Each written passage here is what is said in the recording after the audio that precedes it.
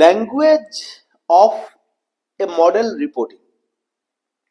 পরীক্ষা একেবারে সামনে মানে একেবারে সামনে।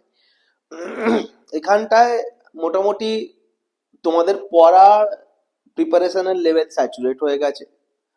আমরাও অনেক তোমাদেরকে পড়িয়েছি, অনেক টিচাররাই ইউটিউবে বা অন্যান্য প্রতিষ্ঠানে পড়িয়েছেন।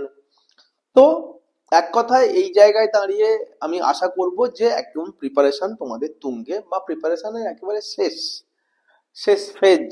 ওকে, আজকে আমি সেই জন্য আলাদা করে পড়ানো পঠন পাঠন এই ব্যাপারটার মধ্যে না ঢুকে রাদার আমি একটা রিপোর্টিং নিয়ে ডিসকাশন করব। তার কারণ হচ্ছে যে আমি দেখছি তোমাদের মধ্যে অনেকের মনেই বেশ কিছু প্রশ্ন আছে, বেশ কিছু প্রশ্ন আমাদের রিপোর্টিং গুলোর ওপর দাঁড়িয়ে তৈরি হয়েছে যে এই রিপোর্টিং এর কি এই ভাষাটা হওয়া উচিত, এই প্রতিবেদন কি এইভাবে লেখা দরকার, একটা প্রতিবেদন কেমন ভাবে হবে, একটা রিপোর্টিং কি হবে। যদিও এটার উপর আমরা অনেক ক্লাস করেছি, স্টিল আমার মনে হয় যে আমি বেসিক্যালি টাইমস অফ ইন্ডিয়া পড়তে পড়তে লেখাটা চোখে পড়লো গত সপ্তাহের ঘটনার উপরে এই রিপোর্টিংটা, বাট ইট ওয়াজ ফ্যান্টাস্টিক। আমার মনে হলো যে তোমাদের সাথে একটা টাইমস অফ ইন্ডিয়ার লেখা মানে এই পিস অফ রাইটিং নিয়ে আমি বোধহয় একটু ডিসকাস করলে ভালো হবে। অনেক ডাউট তোমাদের ক্লিয়ার হয়ে যাবে, অনেক কনফিউশন তোমাদের, কনফিউশনের জায়গাগুলো ক্ল্যারিটি এসে যাবে যে ঠিক কি হয় বা একটা একটা একটা লেখা, সেই লেখাটা ঠিক কোন কোন বৈশিষ্ট্য থাকা দরকার। টাইমস অফ ইন্ডিয়া, হিন্দু, এগুলো তো একদম ভারতবর্ষের 1 নম্বর পেপার। তো সেই রকম জায়গায় একটা রিপোর্টিং, তো তার গুণবত্তা নিয়ে যখন আমরা পর্যালোচনা করব, আমাদের লেখার সাথে তার তুলনা করব, তখন বুঝতে পারবো যে কোন জায়গাটায় বাড়া কমা আছে। তো আমি রিপোর্টিংটা নিয়ে আলোচনা করব। টাইমস অফ ইন্ডিয়া রিপোর্টিং গত সপ্তাহে হয়েছিল। ভেরি রিসেন্ট যে ঘটনাটা ঘটলো, ইন্ডিগোর যে পরের পর ফ্লাইট বাতিল হয়ে গেল, তার জন্য যে ভীষণ সমস্যা হলো, তার উপরে রিপোর্টিংটা লেখা। ব্যাপারটা হচ্ছে যে এরকম বা এই টপিকটা আমার মনে হয় পড়ার chance com, I am not sure. তার কারণ ভেরি রিসেন্ট ঘটনা, তো কোশ্চেন পেপার হয়তো তৈরি হয়ে গেছে, তাও বলা যায় না, পরীক্ষার এখনো বাকি আছে। তো আমি তো বলতে পারি এখনো 10 দিন 12 দিন বাকি রয়েছে। তো সেক্ষেত্রে এই 1 সপ্তাহ 1.5 সপ্তাহ বা সপ্তাহে আর আগে ঘটে যাওয়া কোনো ঘটনা নিয়ে একদম রিসেন্ট কোনো টপিক নিয়ে কোশ্চেন তৈরি করে ফেলে দিলেও দিতে পারে, না দেওয়ার কিছু নেই।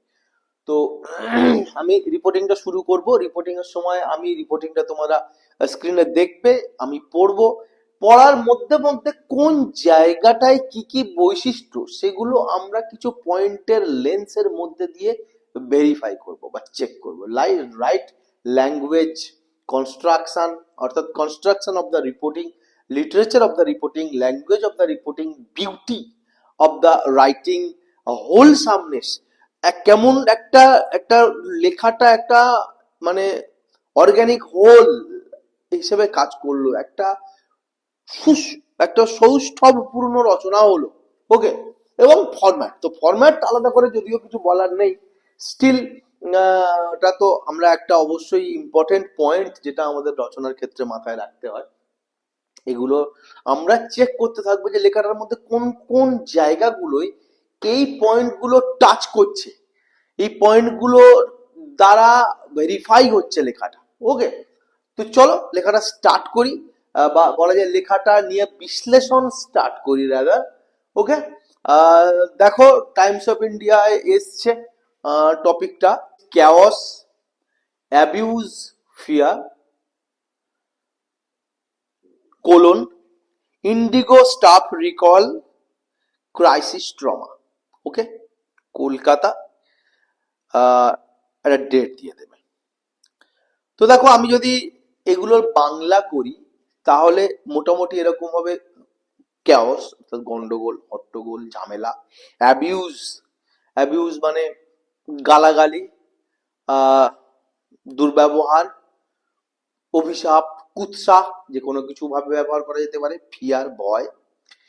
ইন্ডিগো স্টাফেরা যে ক্রাইসিস ট্রমা, ক্রাইসিসের মধ্যে যাওয়ার সময় যে ট্রমা ফেস করেছিল সেটা তারা আজকে মনে করছে বা সেটাকে রিকল করছে। ওকে, দিস ইজ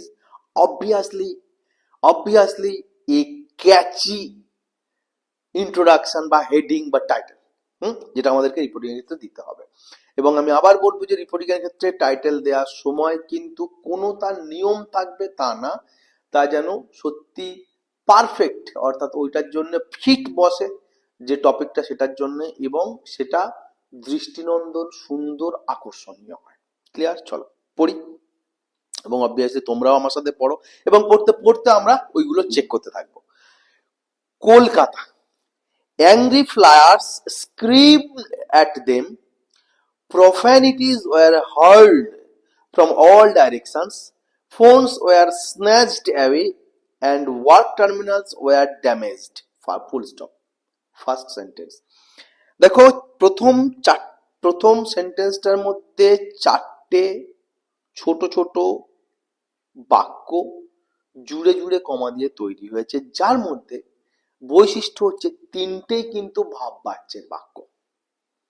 ডাইরেক্ট প্রথম পার্টটা বাদ দিলে, ওকে, অর্থাৎ ফার্স্ট ক্লজটুকু যদি আমি বাদ দিই, angry flyers screamed at them, comma, এইটুকু বাদ দিলে বাকিটা কিন্তু আর কোনোটা ডাইরেক্ট নেই। অর্থাৎ ক্রুদ্ধ, ক্রোধান্বিত, রাগান্বিত উড়ান যাত্রী, ফ্লায়ার্স মানে যারা ফ্লাই করে, ওকে, উড়ান যাত্রীরা স্ক্রিমড অ্যাট দেম মানে রেগে, তুমি জাস্ট এই প্রথম বাক্যটার মধ্যে কেমন, ধরো একটা বাক্য, শুধু আমি বলতে চাইছি দেখো একটা বাক্য কেমন সিচুয়েশনটাকে ডিসক্রাইব করে। সো ল্যাঙ্গুয়েজটা এখানটায় ইম্পর্টেন্ট ঠিক ততটা যতটা তোমাকে সেই বিবরণটা সবচেয়ে ভালো বোঝাতে পারা যায় যার দিয়ে। So this is the beauty of language. ফ্লায়ার্সরা অত্যন্ত উত্তেজিত হয়ে চেঁচামেচি করছে। Profanities were heard from all direction, সব দিক থেকেই সাপান্ত অভিশাপ, অর্থাৎ গালাগালি, ঠিক আছে, এগুলো চেঁচামেচি করছে বা ছুঁড়ে দিচ্ছে। সোজা কথা, চারদিক থেকে কুকথা, খারাপ কথা বলা হচ্ছে বা বলছে। Okay, 3 number, phones were snatched away, phone কেড়ে নেওয়া হয়েছে। And work terminals were damaged, কাজের জায়গা সেগুলোকে নষ্ট করে দেওয়া হয়েছে, ড্যামেজ করে দেওয়া হয়েছে, ভাঙচুর করেছে, ছড়িয়ে হটিয়ে জিনিসপত্র ছড়িয়ে ছিটিয়ে ফেলেছে।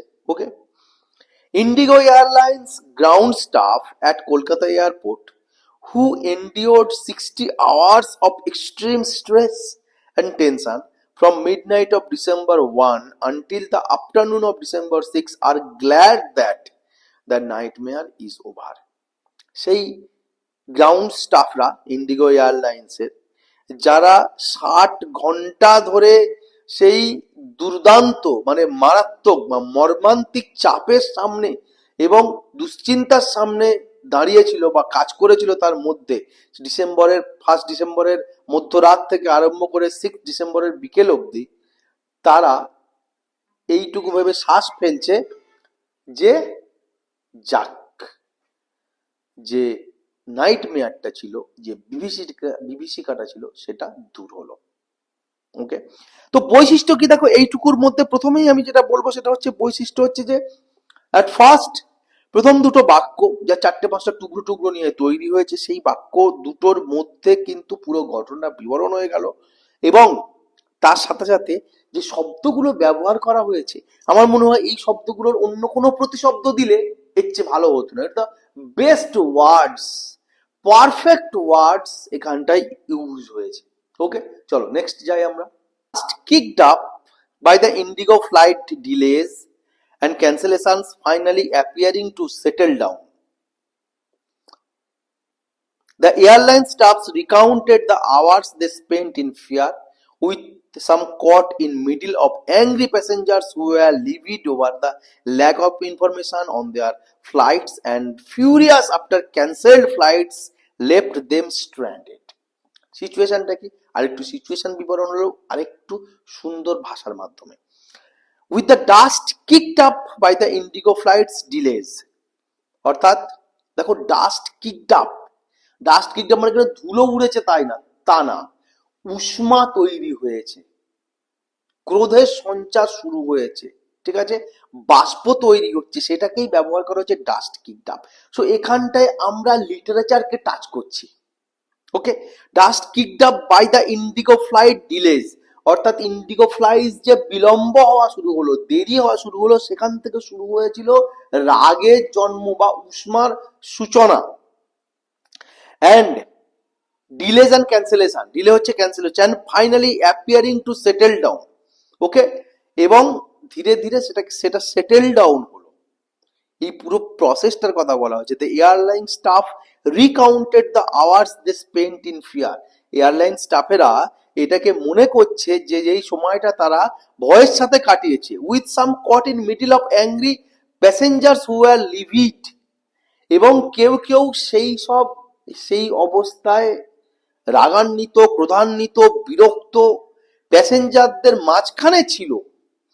দেখো প্যাসেঞ্জারদের বিবরণ কেমন দেওয়া হয়েছে। হু are লিভিড over lack of information, যারা বিরক্ত হচ্ছিল ইনফরমেশনের না থাকার কারণে, অর্থাৎ সঠিক তথ্য না পাওয়ার ফলে যারা বিরক্ত হচ্ছিল, উত্তেজিত হচ্ছিল, এবং furious after cancelled flights left them stranded, এবং ক্রুদ্ধ হয়ে গেছিল যখন তাদের বিমানগুলো ক্যান্সেল হয়ে গেছিল এবং তারা একেবারে বলা যায় স্ট্র্যান্ডেড হয়ে গেছিল। মানে স্ট্র্যান্ডেড মানে থেমে যাওয়া, হ্যাঁ, মানে যার কোনো যাওয়ার জায়গা নেই আর কি, ওখানটায় আটকে পড়া।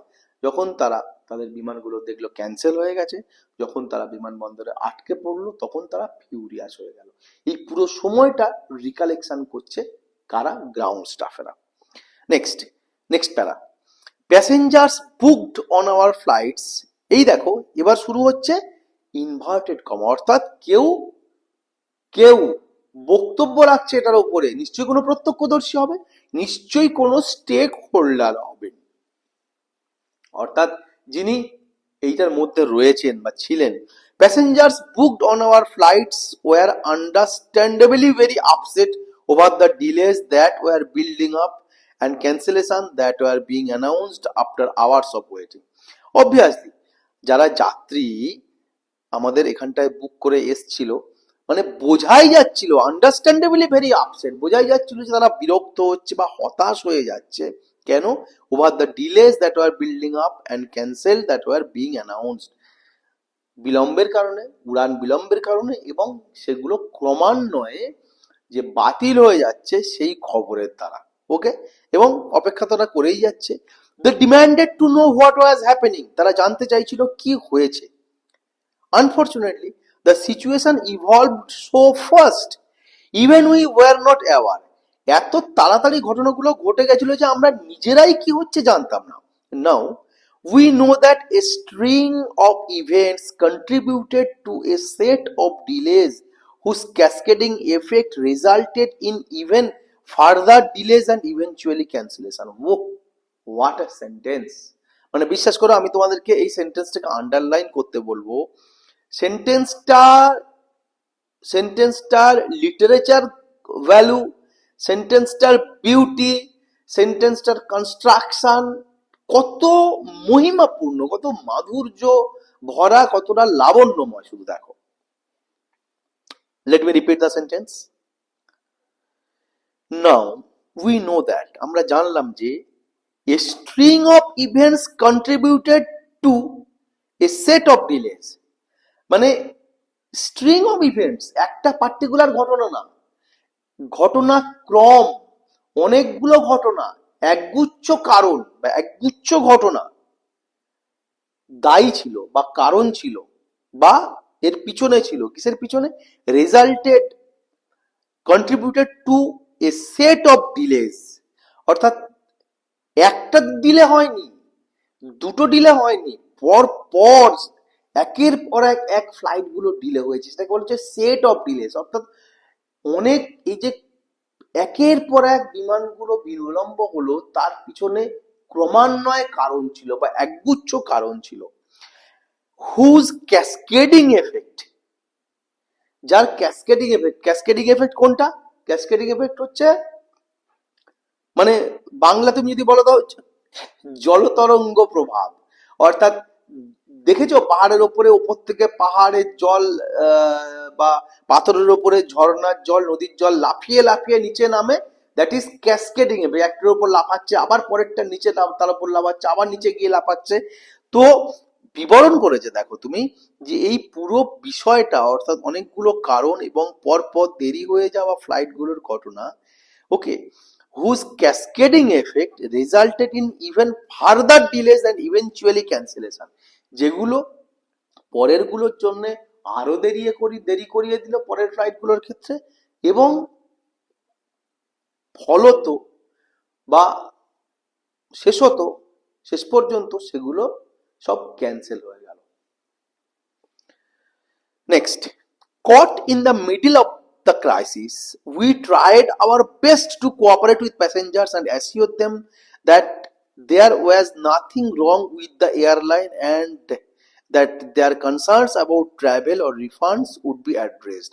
অত কঠিন সিচুয়েশনের মধ্যেও, অত খারাপ অবস্থার মধ্যেও, দুরবস্থার মধ্যেও আমরা চেষ্টা করেছিলাম আমাদের সবচেয়ে বেশি যাতে প্যাসেঞ্জারদের সাথে কোঅপারেট করার, তাদেরকে বোঝানোর বা অনুনয় করার, এই তথ্যটা দেওয়ার যে এমন কিছু বড় সমস্যা হয়নি এখানটায়, এবং তাদের যে উদ্বেগ সেটাকে আমরা অ্যাড্রেস করেছিলাম এই বলে যে রিফান্ডের ব্যাপারটা সেটাও ঠিকঠাক আপনারা পেয়ে যাবেন। But working for those 60 hours were extremely tough as some passengers continued to abuse and misbehaved with the frontline staffs. এটা 1 ঘন্টা 2 ঘন্টা 5 ঘন্টা 10 ঘন্টা 24 ঘন্টা 30 ঘন্টার জন্য ঠিক আছে, কিন্তু যদি 60 ঘন্টা হয়ে যায় তখন সেটা কন্ট্রোল হয় না। এবং সেটাই বলেছে এখানটায় যে but working for those 60 hours was extremely tough, এটা একটা ভীষণ কঠিন ব্যাপার। এবং সেই কারণেই কিছু প্যাসেঞ্জার দুর্ব্যবহার করা শুরু করলো এবং গালিগালাজ করা শুরু করলো বা খারাপ কথা বলা, অশালীন আচরণ করা শুরু করলো কাদের সাথে? গ্রাউন্ড লেভেল স্টাফেদের সাথে। দেখো গ্রাউন্ড লেভেল স্টাফ একবার প্রথমে ব্যবহার করেছে বলে সেকেন্ড বার ফ্রন্টিয়ার স্টাফ ব্যবহার করলো। অর্থাৎ ওয়ার্ড তোমাকে ভ্যারি করাতে হবে, ওয়ার্ডের ভেরিয়েশন নামাতে হবে, তোমাকে সিনোনিমস ইউজ করতে হবে বারবার নানা রকম ভাবে। A senior airport official said the situation, অর্থাৎ আমরা ফরম্যাটটা কিন্তু দেখো ধীরে ধীরে একটু আমি টাচ করতে বলবো। ফরম্যাটটা কেমন হচ্ছে? প্রথমে ঘটনার বিবরণ, তারপরে ঘটনার আরেকটু ডিটেল বিবরণ, তারপরে একজন প্রত্যক্ষদর্শীর বা ওখানে উপস্থিত থাকা ব্যক্তির ভার্সান বা তার বক্তব্য বা তার মুখের কথায় বা তার অভিজ্ঞতায় কি হয়েছিল সেটার বিবরণ। এবারে আর ইনভার্টেড কমা না, এবারে আমরা একজনের কথা বলবো। A senior airport official said the situation turned so volatile at times that he feared some airline staff might suffer harm. একজন অভিজ্ঞ এয়ারপোর্ট অফিসার এরকম কথা বললেন যে অবস্থাটা এমনই নড়বড়ে দশা নিয়েছিল যে ভয় পাচ্ছিলেন তিনি যে গ্রাউন্ড লেভেল স্টাফেরা যারা সামনে রয়েছেন, ফ্রন্ট লাইন স্টাফেরা, তারা না মারধর খেয়ে যান। ওকে, an additional 100 CISF personnel were deployed, some with a visible display of arms to bring the situation under control. মানে বিষয়টাকে নিয়ন্ত্রণ করবার জন্য, অবস্থাটাকে নিয়ন্ত্রণ করার জন্য 100টা অতিরিক্ত সিআইএসএফ জওয়ানকে ওখানটায় মোতায়েন করা হয়েছিল বা নামানো হয়েছিল। এমনকি তাদের মধ্যে কেউ কেউ একেবারে সশস্ত্র অবস্থায় ছিল, যা দেখে নিয়ন্ত্রণ করাটা যায় বা যা দেখে নিয়ন্ত্রণ করানো যায়। এগেন পরের পাড়ায় আবার একটা ইনভার্টেড কমা, অর্থাৎ আবার কারোর বক্তব্য উদ্ধৃতি হচ্ছে। During that critical period the Indigo station manager spend 72 hours at the airport. ওই ক্রিটিক্যাল পিরিয়ডে ইন্ডিগো স্টেশন ম্যানেজার 72 ঘন্টা ওই এয়ারপোর্টে উপস্থিত ছিল। While the usual shift for airline ground staff is 9 hours, many of them spend 12 to 15 hours. অর্থাৎ ভেবে দেখো, যেখানটায় কাজের ডিউটি 9 ঘন্টা, সেখানে কেউ কেউ 12 থেকে 15 ঘন্টা ডিউটি করেছে। মানে কি প্যাথেটিক সিচুয়েশন সেটা তৈরি হয়। Though they were under extreme stress and fear, it is creditable that none of them left their post and continued to interact with passengers, the airport official said.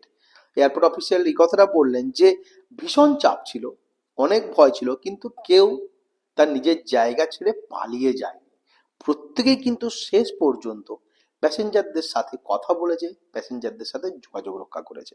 Sentence দেখো, যথার্থ, direct, indirect, এক্সার্পস, comment সব মিলিয়ে। Construction দেখো, শব্দের variation হয়েছে, কোথাও কোথাও কঠিন শব্দ ব্যবহার করা হয়েছে, কোথাও কোথাও লুজ শব্দ ব্যবহার করা হয়েছে, কোথাও একটু ফ্রেজাল ভার্ব জাতীয় কিছু ব্যবহার করা হয়েছে।